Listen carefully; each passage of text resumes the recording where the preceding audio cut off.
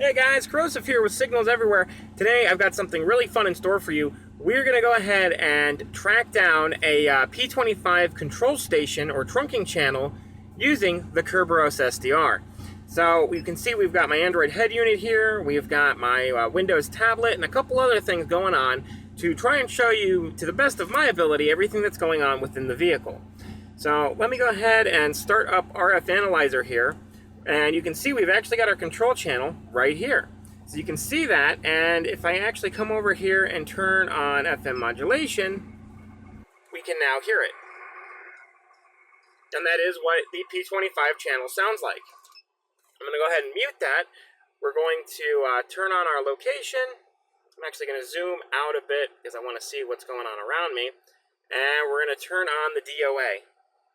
So now we have a real-time map with two lines. You've got a red line, which is my current direction, and then we've got this blue line, which is our bearing. So this is the direction that the Kerberos is looking for me to drive in. So we're going to put this sucker into gear, and we're going to go find us a P25 control channel. And I just hit a giant pothole. So this is a couple days in the making here. I've done a lot to try and get started with this. I had a lot of hang-ups, but it was mostly due to some issues on my end and my laptop battery dying. See, the way I'm able to record all of this stuff is that I've actually set up a tight VNC server on every one of these units. So with the tight VNC server, I'm actually able to go through and pull up the screen for my tablet, pull up the screen for my head unit, things of that nature. And so if we're taking a look at the Kerberos now, it's actually showing that our bearing and direction are almost right on top of each other. And from my experience, I know for a fact that I'm actually headed in the direction of the tower site. So we're going to drive down this direction. And it's actually really nice because we are generating a heat map at the same time, so we can see signal strength as we drive along our path here. Now, the way the Kerberos SDR works is it's actually gathering information from multiple sources with 4 antennas on top of the car.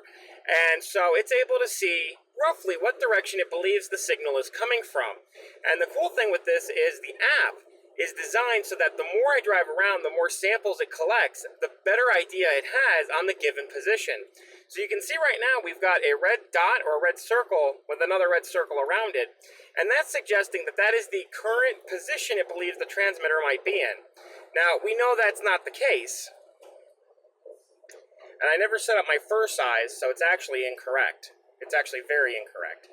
So I actually need to go in and set the fur size. See, right now it's looking at a pretty wide swath of bandwidth, so I need to go in there and make a slight adjustment to ensure that it's looking at the correct location. Once I've done that, we'll probably start the logging over anew, and we'll use the new logs to determine where we need to go. So I'm actually going to hop out of here, and we'll make that slight adjustment in the settings, and we should get a much better, more accurate depiction of where our transmitter site is. It's actually still very accurate. It is showing me the correct bearing based on my knowledge of the transmitter location. But if I make a quick change to these settings, we should get an even more accurate reading, which is what we want. So let me stop here for a moment. And no reason to stop recording. Let me go ahead and just pull it up here. We're going to head over to Configuration and Spectrum. And this is the fur size I'm talking about. So I'm going to turn on DC compensation. I'm going to change our bandwidth filter to about 30 kilohertz. And then our tap size to 100. And we're going to update those IQ parameters. Now that I've done that, we're going to head back into the application. And hopefully I don't need to restart the app. We'll see what happens there. I'm not honestly sure. But now that that's updated, we're going to go ahead and hop back onto the road.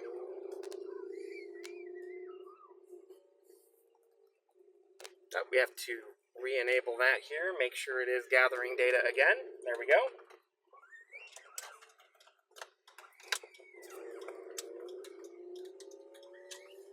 All right, so we're going to go ahead and continue on our way here.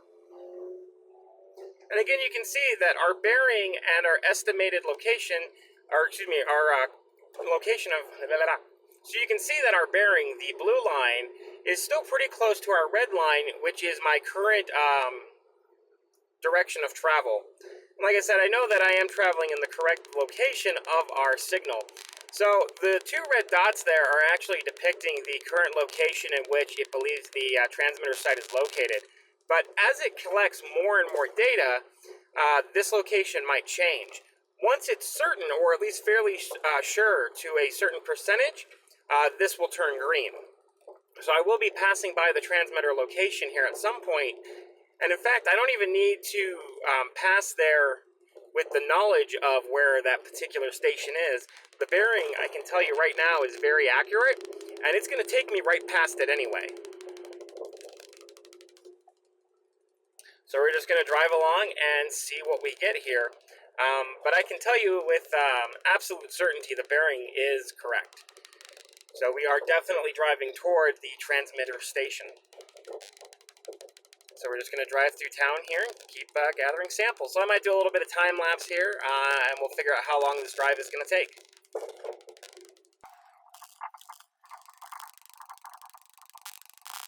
of traffic today, which is sad.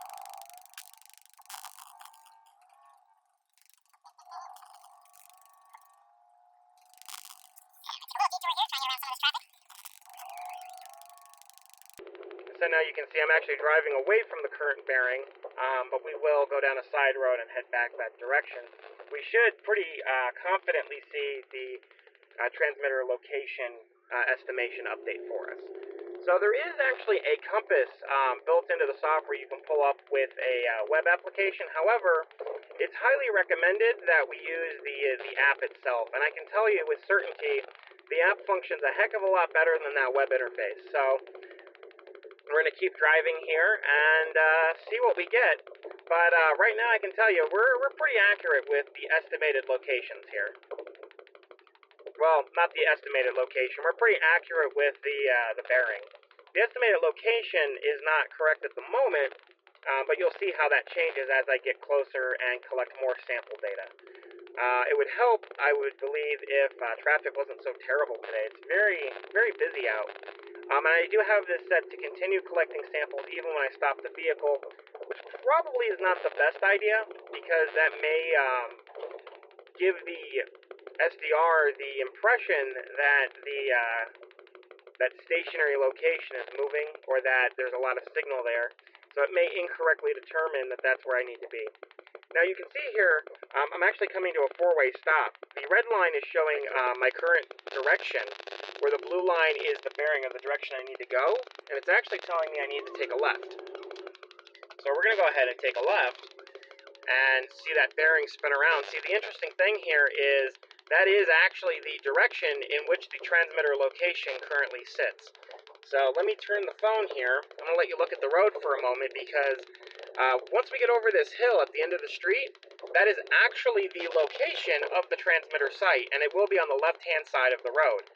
So if you look at our map here, we're headed toward Austin Road, and on the left-hand side down Austin Road is the location of the transmitter site. So the bearing is incredibly accurate in terms of which way we need to go. Now, a P25 trunking channel, this is a channel that's transmitting 24/7, 365. Its transmission never stops. So as long as everything's functioning, that is a constant signal. Now, of course, if you're going to track something like a jammer or somebody doing something they shouldn't be, it might be intermittent, and we'll do a separate test video on that in the future. So you can see that everything is still red at the moment. It's just kind of flashing, and it does show on the heat map that the signal is very strong where we're sitting. Likewise as it should be. We're putting out, I'm pretty sure it's putting out a kilowatt or so. There's definitely plenty of power coming in over this thing. But let's go ahead and head up over the hill. And if you take a look to the left of this hill, you should see a tower site in the camera in the bottom left corner of this particular video screen.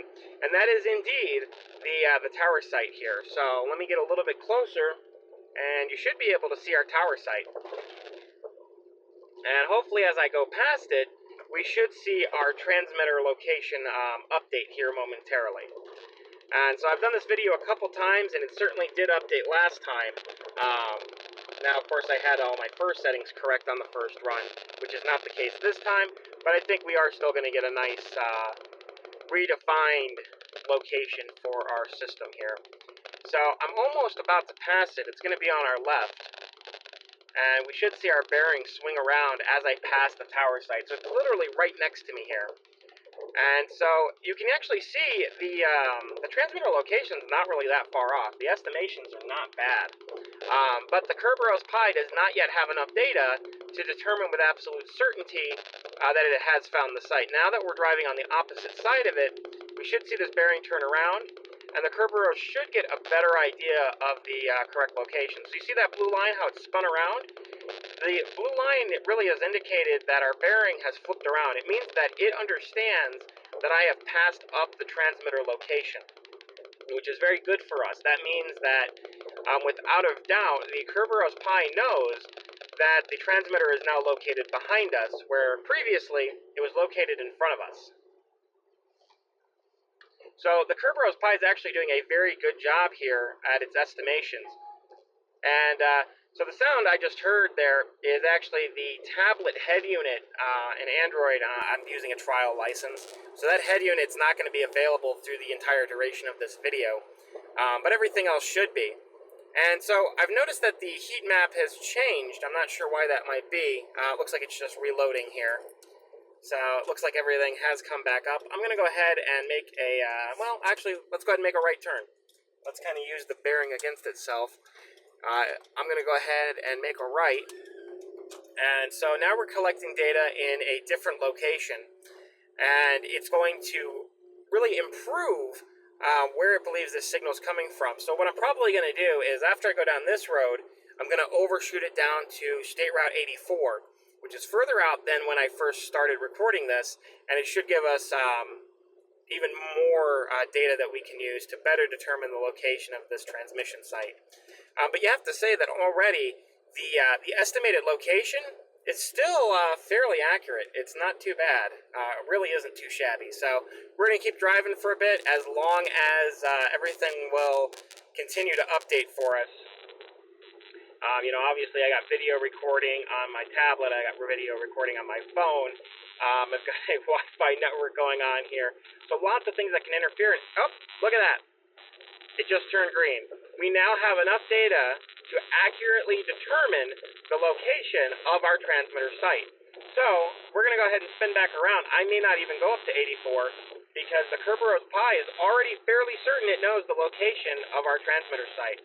So we're going to swing back around and we're going to see just how accurate the Kerberos Pi was. From looking at it, it does appear that it does see it sitting on Austin Road. So it may have a very accurate depiction of this. We're going to go ahead and spin around. And while we're doing this, the Kerberos Pi is still collecting data. It's still taking a look at everything the Kerberos SDR is sending to it, and it's plotting that into the map. So it's still taking these things into account. But I'm fairly certain here, once we spin back around, I should be able to drive directly to the location, and I think it's going to be pretty darn accurate. And you can tell, I've only been recording for about 15 or 20 minutes, and I've already accurately found the location of this transmitter site. I am absolutely blown away at how well the Kerberos Pi and the Kerberos SDR gets the job done, and this Android app really takes the case. If you guys want to use the Kerberos SDR for direction finding, I highly, highly, highly recommend you use the Kerberos Android app. It is by far the best way to get an accurate depiction of the location of your signal. And you can actually see our bearing now is almost overlapping the location of our transmitter site as it moves back and forth. You can see the heat map has also regenerated itself, and the heat map is now showing the strongest signal location right at the tower site. Now, of course, I am about to run into a train here, which is unfortunate. So what I may do is try to find a place to turn around so we're not sitting and idly capturing data from a stationary position. So let me go ahead and try to turn around here real quick. I'm not going to wait for this train because I've done about 15 takes of this video and I want it to be successful. I'm ready to go. So we're going to turn around here, head back the way we came. And yeah, I mean, the results speak for themselves. You can see very clearly that the Kerberos Pi is doing an amazingly well job at locating the transmitter site. And while I did drive down the road of that transmitter site, and I knew where that transmitter site was, you can clearly see on the application that the bearing was showing me to head in that direction. So I wasn't just driving toward the site because I knew where it was. I was following the bearing being provided to me by the Kerberos SDR. So let me go ahead. We're going to head back this way to the green indicator, because the Kerberos Pi is pretty certain it knows where the site is now. In fact, I think if I hit the location button, I don't know if that refreshes my location or if it's going to navigate to the site for me. But let's go ahead and push it. I think it's going to navigate to the site for me. I haven't used the app a whole lot just yet. But yep, it looks like that's exactly what it's doing, assuming my network speed will keep up. This should take us to the direction of the Kerberos, of the transmitter site. Look at that. So we are now being provided with turn-by-turn directions to the transmitter site. Could you ask for anything better? So we'll see how well the GPS and everything's working. I am overworking my phone, evidently trying to record everything. But there we go. Looks like it is finally updating correctly. And yeah, it's telling me to take a left turn on Austin Road, which I can tell you is absolutely correct. Austin Road is the street that the transmitter site is on, and it is the street that we were just recently down. So we're just going to keep heading in that direction. Now, this should have voice announcements for the direction for turn by turn. However, I have all sound turned off just in case a phone call comes in or something while I'm trying to record, because I didn't want to have to re-record all this. So it's saying that we're about 4 minutes from the site, and actually not that far down, I don't think. 3 minutes, so it's probably fairly accurate in its timing. So we'll just see what happens here. But the Kerberos seems to believe it knows where to go, so I'm going to go ahead and follow it. I'm not quite sure what's going on with the bearing information above. That doesn't seem like it's accurate anymore. I'm not sure what's going on there. But we do know that we have a green indicator for the transmitter site location, which, from what I can tell, should be pretty darn accurate. So we're just going to turn around and see what it says. Keep spinning around this way. Okay, the bearing looks right now. Maybe it's just my head not correctly seeing, where everything is on the map. I'm used to the orientation of my map showing up as the location I'm currently traveling, where this is keeping up north, which throws me off. I'm not used to that on a lot of maps, which is fine. I'm just not used to that. So it's saying we're about a minute from the site, and I'm going to say that's pretty accurate. Let me switch over to the other view, and we're going to pull into the parking lot of the tower site, and we're going to see how close this actually is getting us. But it's telling me to take a right on North Avenue. Now, I can tell you North Avenue is probably a little bit of an overshot, but this doesn't need to be 100% accurate. It just needs to ballpark us pretty close to where we should be, and it is absolutely doing that. So we're going to drive a little bit further. We're now just about within that first ring, and I am again passing that tower site. Let me go ahead and pull in, and we'll turn around. I don't think anyone's sitting in the parking lot here. Here is our tower site. Look at that. I would say that's pretty darn accurate. I'm just going to go ahead and spin around the firehouse here, and I'm glad nobody's here because I don't really want to explain to a cop that I'm direction finding. I'm not really doing anything wrong, but it's not something I want to have to explain to anybody, that is for sure. So, with that, I hope you guys enjoyed it. Oh, Kerberos crashed. I don't know why, but you know what? I would say that is still most certainly a success. We got everything we needed. We were able to see the correct location of the tower site, and it really only took us about 15 or 20 minutes. I am absolutely astounded by how well the Kerberos SDR was able to get this done. So, if you guys are interested, take a look in the description below. I will have links back to the RTL SDR blog, where you can find all the information about the Kerberos SDR and order one if you so desire to get into some radio direction fun yourself. We will see you guys all in the next one.